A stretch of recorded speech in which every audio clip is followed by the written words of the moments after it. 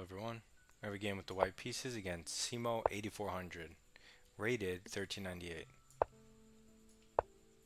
Okay, so we're going to get a Jobava London on the board, part of our speed run. Developing a piece towards the center and seeing how black reacts. So black reacts with e6, locking in the bishop temporarily. We can go e3, closing our pawn chain and opening our bishop up.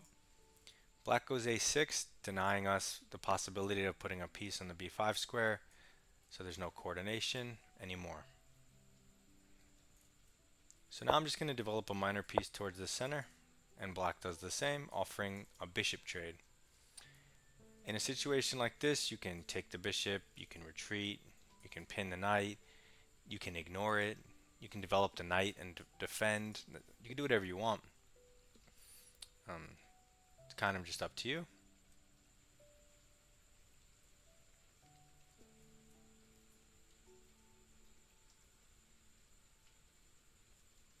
Either maybe take or pin the knight so I can push e4, but I feel like I'll be able to push e4 either way.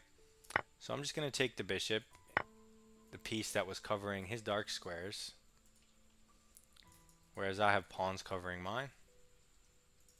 He recaptures with the queen. Makes a lot of sense.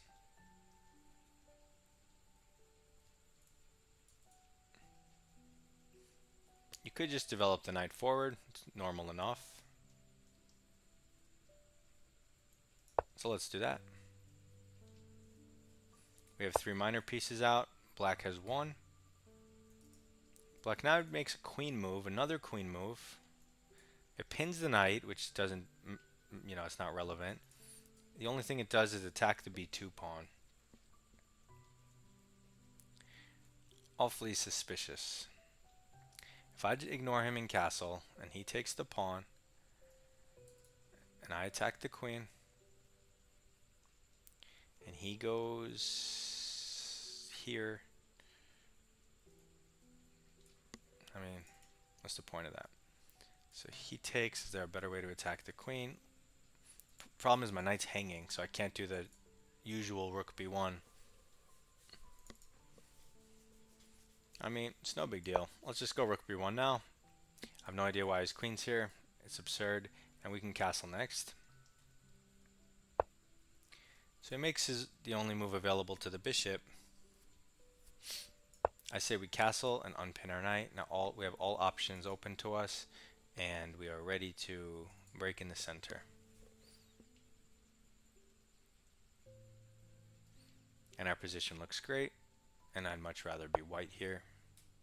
So he makes another move with the same piece in an effort to try to trade off his bad bishop, which is blocked behind his pawns. This gives us the option of taking with this knight, which is misplaced, so it does us a favor. The knight does support e4 though, which is a bonus. I want to take one turn. So here's the thing. If I take the bishop, he might take with the pawn, opening up his rook towards my pawn. So I have this free intermezzo, which removes any rook pressure, also makes his queen get off of the b file, and it opens up more possibilities because this pawn might be hanging now if he recaptures. If the queen wants to stay in touch, it has to go to a5. So if we take, he can protect the pawn. So that's something. We can still just take the bishop. b4 hangs the pawn.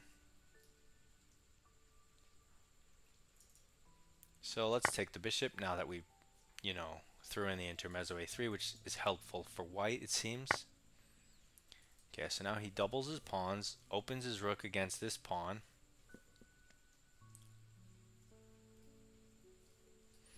But I feel like we could just solidify our entire pawn structure.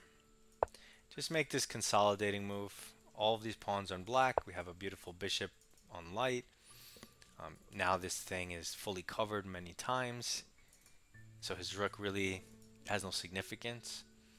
And he plays c6, trying to do the same, but the difference is he does not have a beautiful dark square bishop covering his holes like I do, right? That's why I traded earlier to get rid of that bishop. So now it's my turn, and I could improve the knight, but is it premature? Maybe, maybe not.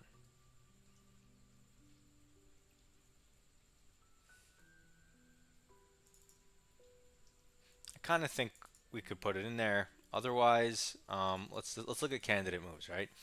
So we have this, which is nice because it opens up the diagonal for our queen, which is what I really like. But we also have h4. I'm going to start with the knight, though. Let's improve a piece. We can develop this guy. We can play f4 if necessary. I mean, it's not going to be necessary. It's if we want to. Like, if he challenged our knight, we could kind of go Stonewall style, but I don't know if I want to. Anyway, he just castles, which is fine enough. Now, we can bring our queen out. We could go g4, g5. Is that a thing? h4, h5. Is that a thing? Queen f3 or h4. Either of those moves, let's say he develops the knight and challenges mine. I guess I take it, and when he goes backwards, well, if I'm going to play in the center, why play h4? I have to decide, center or kingside attack. Let's play in the center. Let's be principled, more principled. Okay, so in that case,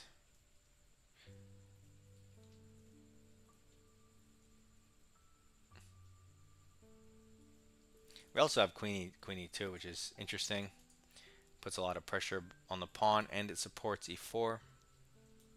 But then that would trade bishops for knight, which I'm not looking for. There's f3, which supports e4, which I like more. Or do I just want to play on the king side, h4, h5?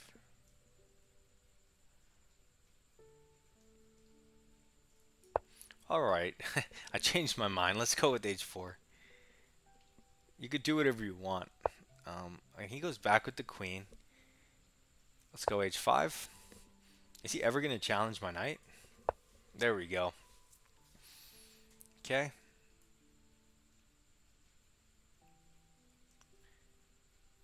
I mean, now that we did this attack on the king side, we might want to do the f4 stonewall type thing. How does that look? Hold on. So here, he's not going to take. Let's say he jumps his knight in. We go queen. Well, we can't go queen f3 because of the fork, but we could prep that. So here, rook f2. No. Wait a second. How do we? Oh, that's all a pain, actually. You could just take it first. Yeah, you could do that. But I don't want to do that. But if I take and just go h6, g6. Hmm.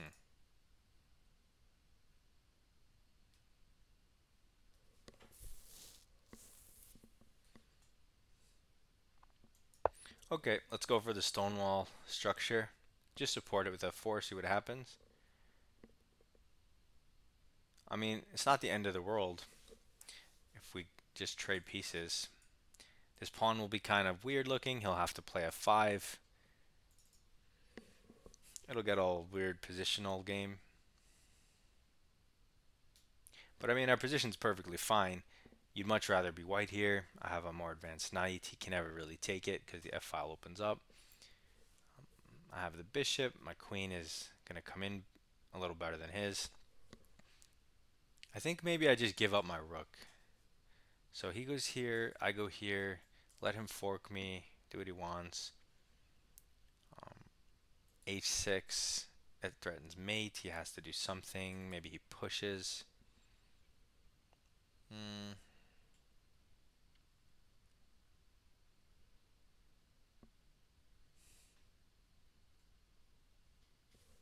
I don't know.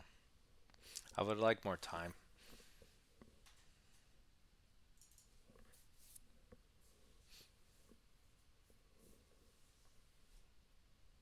I guess I just need to get my queen somewhere. Oh, he breaks this way, but that undefends these pawns, which allows this. So change of plans. Now I could just win free stuff. So let's do that. He could try to block me out and gain space, but I can always just take his knight or even try to save it. So he takes my center, but you have too many support points, right? So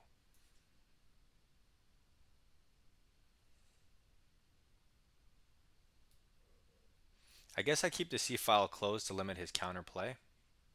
So let's do that. Right? Make sure these rooks just keep hitting this wall.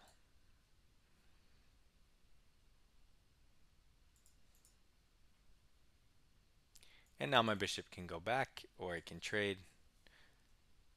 I still have this h6 idea in my pocket. His queen and knight are both tied down to the knight, so he trades, but you can't really do this because f takes, right? And now where does the knight go? Center? That looks wrong, though. I mean, it looks like you need to, but it also looks wrong. I guess you have to follow it up with f5 to make it work. Okay, so he does jump in the center, but now hitting it makes a lot of sense. h6 makes a lot of sense. And queen development, just gotta watch for here. So let's go here. That way he doesn't have time to... I guess he can go here, but we're up a pawn, so we don't really mind all these trades, right? Everything's good for us because we don't really have a weakness. I mean, this pawn could potentially be weak, but it's currently defended by the queen. So he plays f6. Little odd. Weakens these two squares.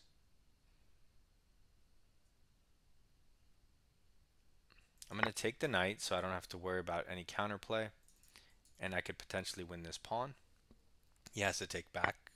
Okay.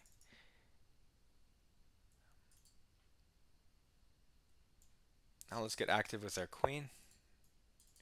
Threaten a lot of stuff, connect our rooks, and we're up a pawn. Only thing is we have a minute. Not a good sign. Oops. But there is this... You can only defend these by... Instead, he wanted to apply pressure to my pawn to open the f-file, but in order to defend both of these, he would have to push, which he probably didn't see he had. So he opens up instead, which allows me to throw in the intermezzo check. He has to go here.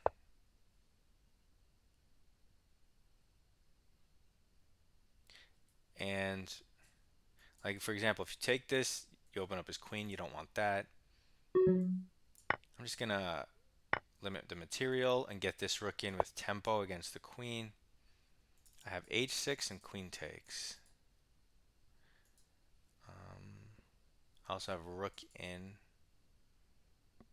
Probably rook in or h6. Wait, what?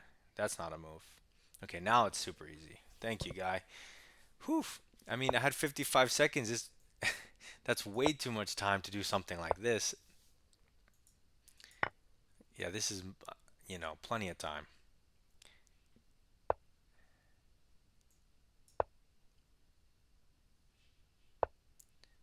Okay.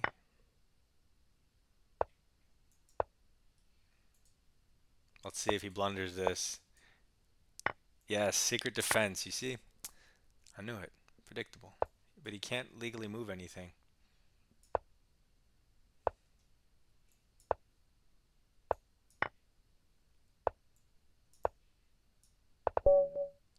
There we go. 38 moves, though. Not bad. Not bad at all from a 1398 to 1400. Solid game by White. So, we get into our Jobava London, and we begin. Ouch, we have a blunder. 93% accuracy, all zeros, 17 cent upon, but one gigantic, massive blunder. That's no fun. So we start back from here. Center and development. Development and center. Even trade. You can say kind of forced, but you had many options. Development and center. Let's just say forced move. You did have options, but this, if he spent his turn on a second queen move that does nothing, you can then spend that turn on a move that doesn't do anything crazy good for your position, and you didn't lose anything because he didn't gain anything on his turn. King safety and development. Improving move for free. This is good because we get a bishop for a knight, so that's a win. And then center and development, opening more light squares for my stuff. Improving a piece and its development because I wanted my queen open to get to the king side.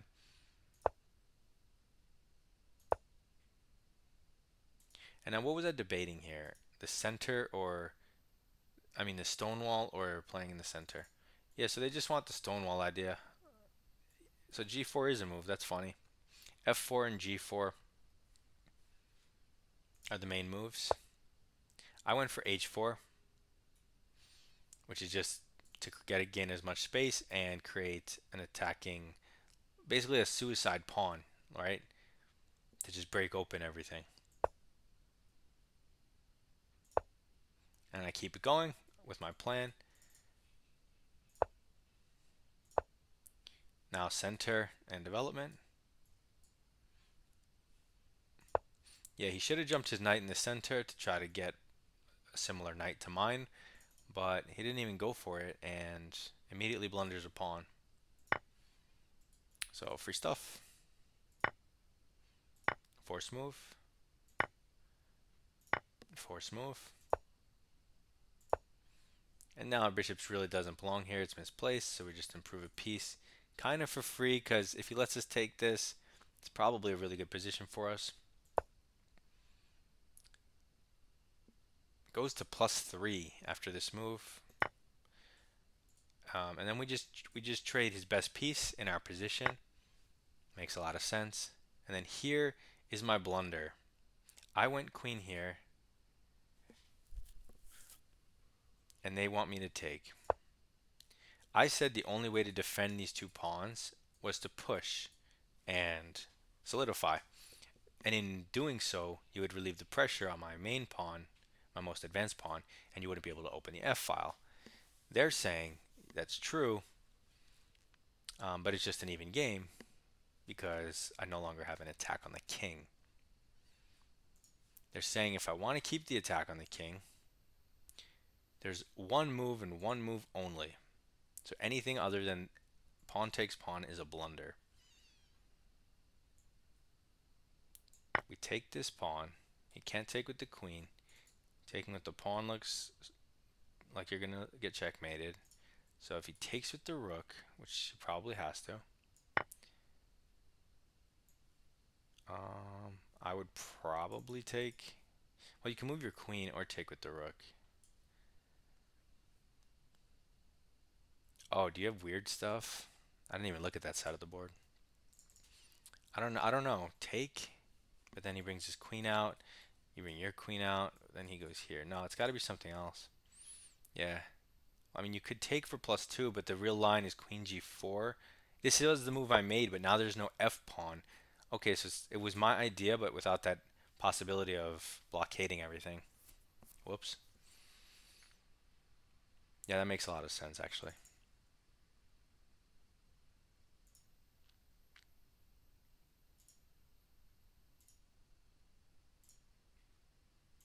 So you want to take this because he's not going to take with the g pawn, and he won't have that possibility. So once you get rid of this ridiculous pawn and then go queen g4, it's just game over.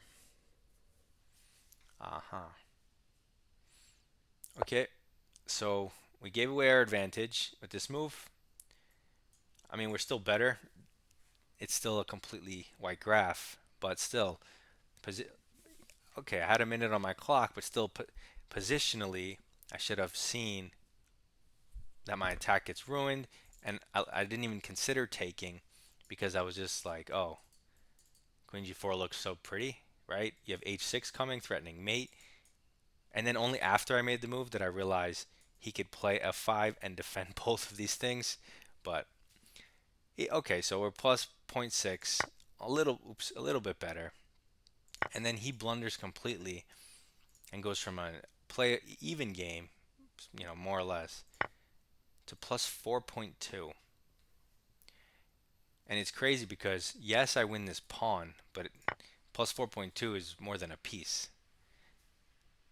So somehow they're saying he's worse off than a piece. I give him the check, I take free stuff, he moves his king. Yeah, and I thought these were the two best moves, with the possibility of the queen taking when you have to. So we trade pieces, we're up material, we're displacing his queen. And now again, I figured these would be the two best moves, the rook over and the pawn push. So we get an improving move for free. And then he just sacks the queen, which is crazy. I feel like he could have gone anywhere.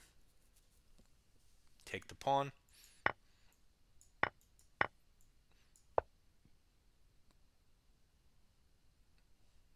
I would have gone here. He would have gone here. I would have gone checkmate. Oh yeah. Okay. So anyway, that's pretty funny. It was a pretty good game, almost like a stonewall from the white side after f4. Um, Kind of interesting. We got away with 93% accuracy, even though we gave away our advantage at one moment in the game. Um, but stuff like that happens all the time. Hopefully, you learned something. Good luck in your chess, and goodbye.